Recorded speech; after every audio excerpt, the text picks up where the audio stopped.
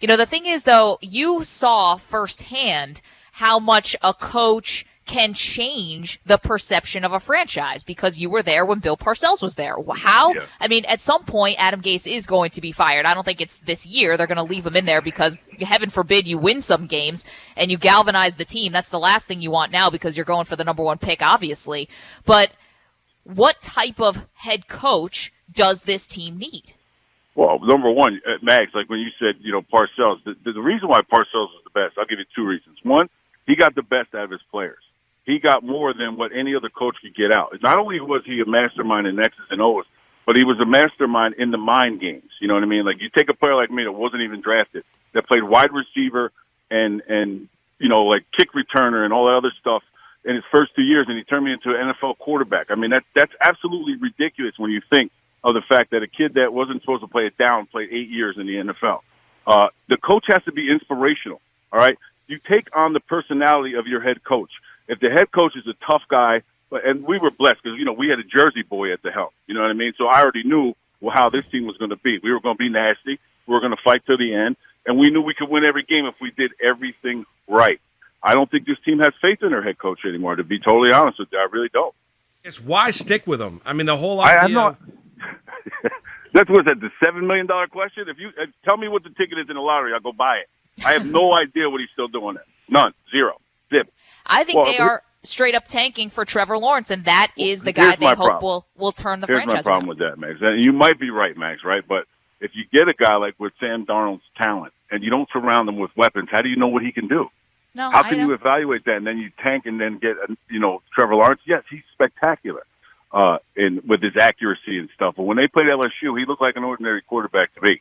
But again, like you said, you still have to surround quarterbacks with weapons. There's very few quarterbacks that could come into this league right now, the way this game is played, with the bigger guys, faster guys, stronger guys, and not surround them with talent and expect to win. It's never going to happen. You know what I mean? This game still comes down to two basic things: running the football, passing the football, right, on offense, and then tackling.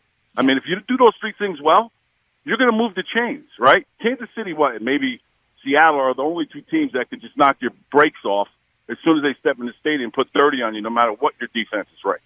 You know what I mean? So now you have to start thinking outside the box, okay? How can I take the air out of the football? You know what I mean? How can I slow this pace down? Which means what? You got to convert on third down.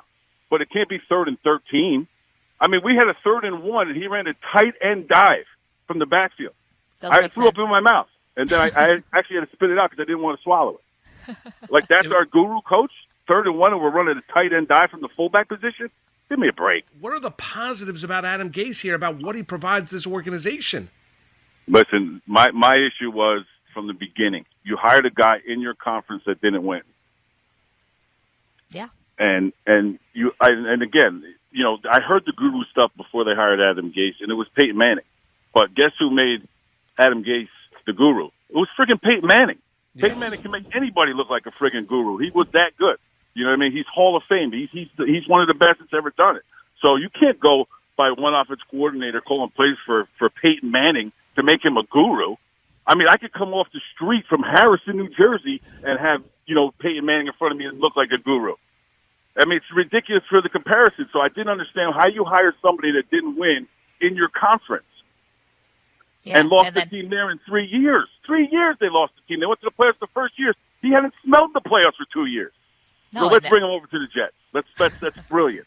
And also the issue with him down in Miami. Too. The issue with him down in Miami was also dealing with players. I mean, how do you not take that into account when you're bringing him a guy in conference to this organization? Jai, Landry, he chased talented players away from that Dolphin team.